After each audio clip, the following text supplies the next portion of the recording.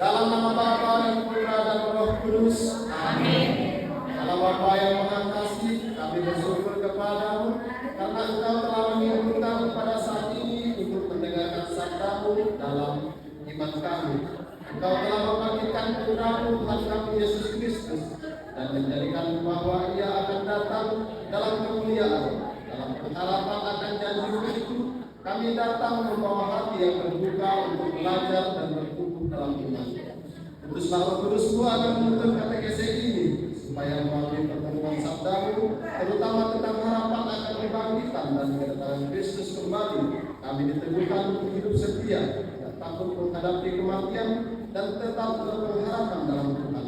Berkatilah pertemuan ini karena Kristus Tuhan kami. Amin. Dalam Bapa dan Putra dan Roh Kudus. Amin.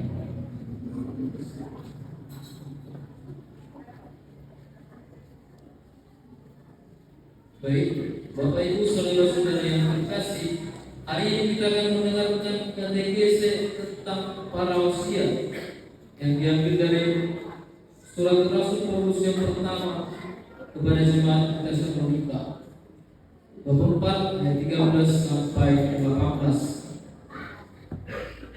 Selanjutnya kami tidak mau saudara-saudara bahwa kami tidak mengetahui tentang mereka yang meninggal, supaya kamu jangan berduka cita seperti orang-orang lain yang tidak mempunyai harapan. Karena jikalau kita percaya bahwa Yesus telah mati dan telah bangkit, maka kita percaya juga bahwa dengan perantaraan Yesus Allah akan mengumpulkan bersama-sama dengan Dia mereka yang telah meninggal.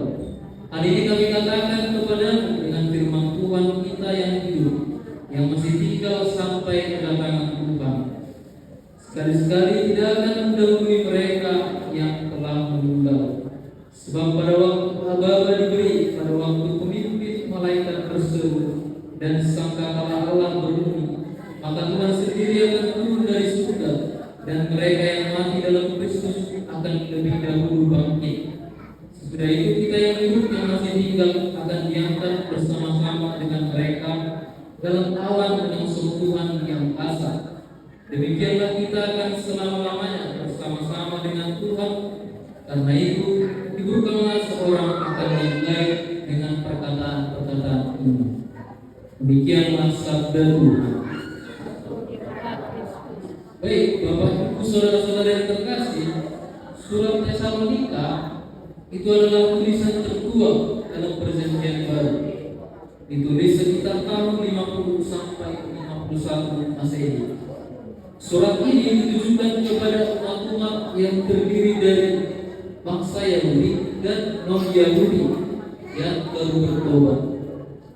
Surat Tesalonika ditujukan kepada kota Tesalonika. Jadi Tesalonika ini adalah nama kota, salah satu kota yang berdiri pada tahun 315 sebelum Masehi. Di Tesalonika, Paulus orang-orang ini mengajar orang-orang Yahudi. Namun ia mengalami penolakan dan terjadi kerusuhan di kota tersebut. Oleh karena itu, Paulus meninggalkan kota tersebut dengan tetap memantau melalui utusannya Timotius. Nah, saudara-saudara yang terkasih, ada beberapa masalah yang terjadi dalam jemaat Tesalonika.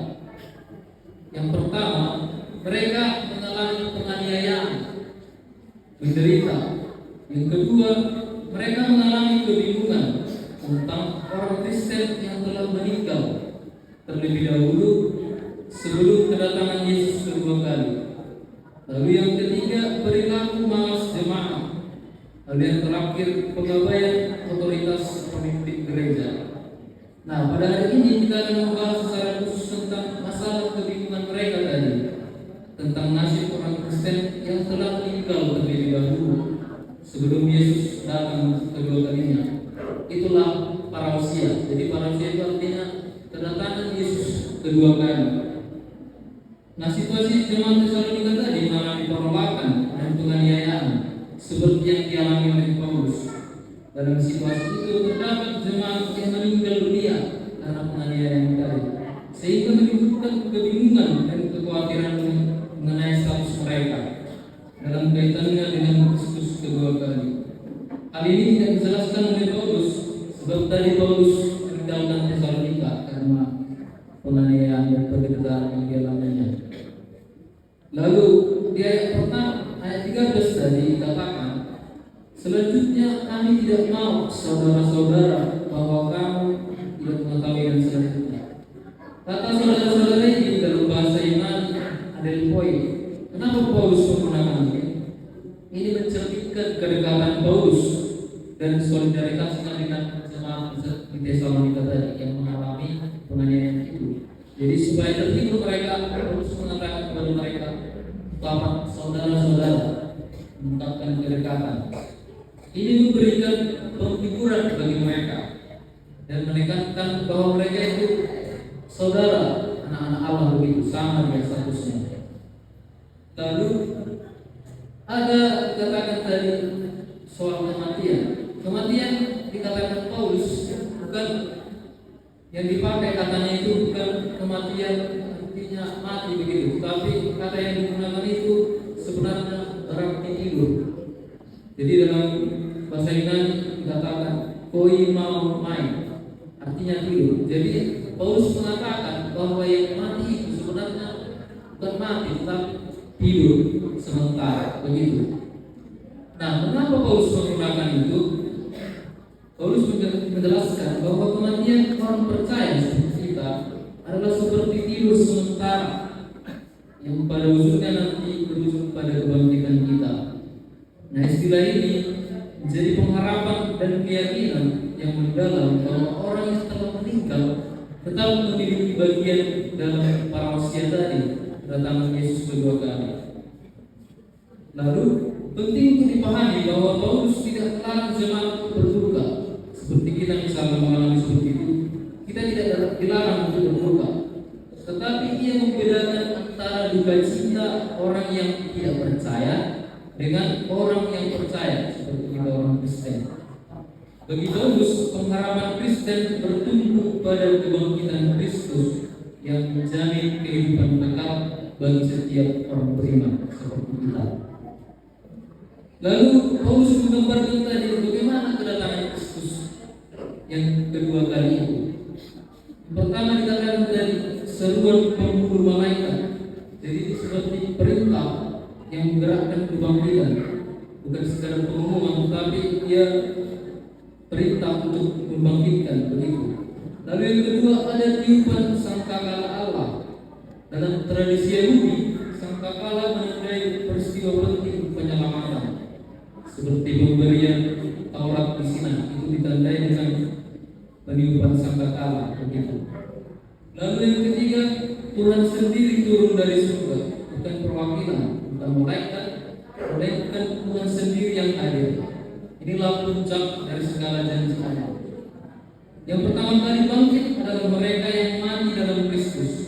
Paulus menekankan bahwa orang-orang beriman yang telah meninggal justru mendapat tempat istimewa. Mereka bangkit dari dahulu dan mendahului rombongan parousia.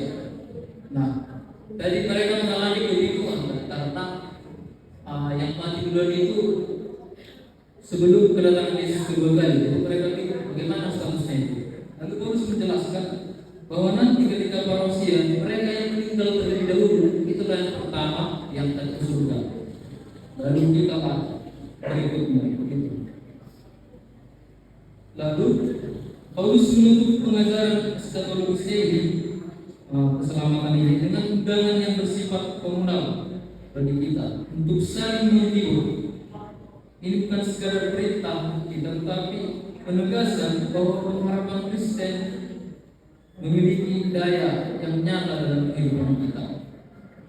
Seperti tadi Paulus, dia tidak memposisikan dirinya sebagai satu-satunya sumber penghiburan, tetapi dia mendorong seluruh jemaat untuk menjadi penghibur bagi satu sama lain.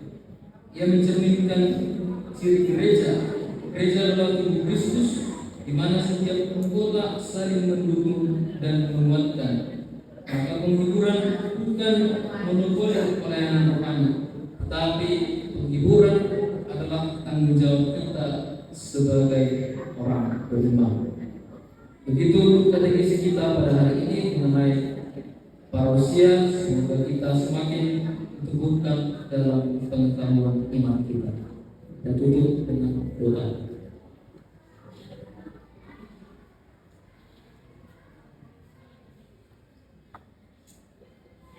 Bapak Ibu sekalian, marilah kita berdoa bersama.